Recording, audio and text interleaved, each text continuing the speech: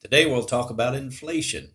It's been in the news. The Fed Chairman Jerome Powell brought it out yesterday, actually, talking about his expectations of inflation and what does it mean to the whole system. Actually, they're trying to maintain a low rate. 2% is target. Anything above that, they pull out tools from the tool shed to try to influence interest rates and keep inflation low. But here are three things I thought would be good to talk about today.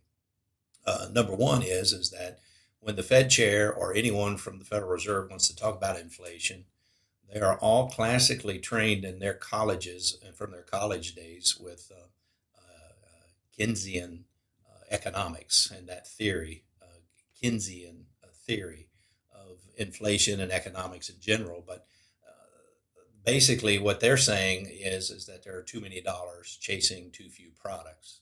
So if you had $100 in the world and then the Fed Reserve dumped another $100 in, then we'd have 200, and that would mean everybody had plenty of cash and they could go out and buy a $1 hamburger. But after the other doubling of the income of the currency in the circulation occurred, theoretically anyway, the hamburger would go to $2. It still costs basically the same because if you have twice as many dollars, they're worth half as much. And so that's the classic definition of inflation. But it really is elementary in its thought process and doesn't take into consideration enough variables to really give you a good understanding of what inflation is all about.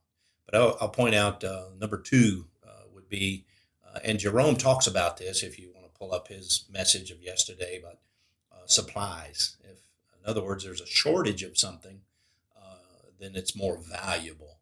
We know this in antiques and collectibles. Well, there's only one signed version of this, and it's worth a lot more than the others, and that sort of thing. But in our economy today, we're finding that our supply chain has been derailed or broken, or in a nicer term, it's been put on pause.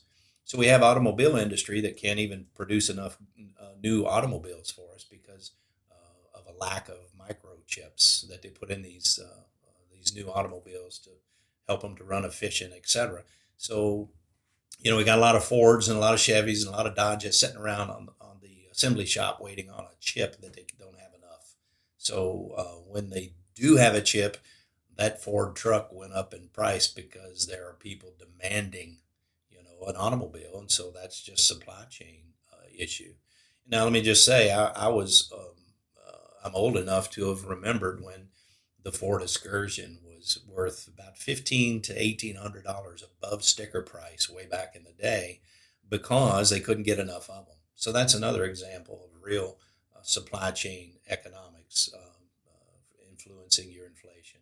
And then the third thing, and this is one that the government will never talk about, but I think it's probably the central focus, and it's this.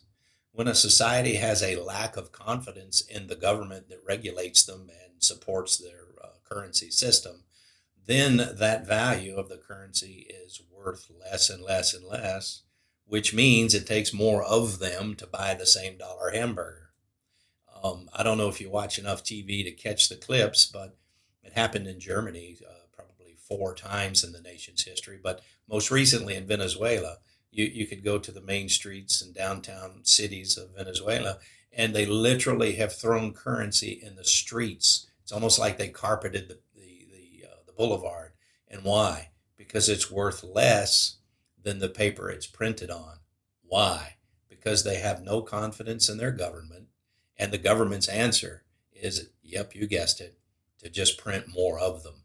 So I would say to you, government lack of confidence in any government worldwide is another unsung song that would predict where your inflation rate is going to be. And I think we're faced with that just as much as we are with the supply chain interruption, which arguably was caused by policies of the regulators and the governmental agencies of the world. So get ready for inflation. It's here now. Things are costing more. Used cars, by the way, because of the supply chain breakdown, are worth 45% more in trade in or resale value than they have been the year prior. Why? Supply.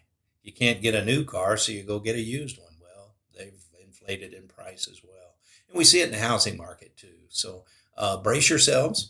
I won't give you a magic bullet to kill the beast of inflation in this little video, but I would say there are ways to prepare and mitigate those. So if you have any questions, feel free to reach out to us. We'd love to take a peek at your portfolio and your dreams, your visions, your goals for life, and what it looks like for you when maybe you don't work anymore. So we're here to help you, but be prepared. This inflation arguably is going to be around for a while.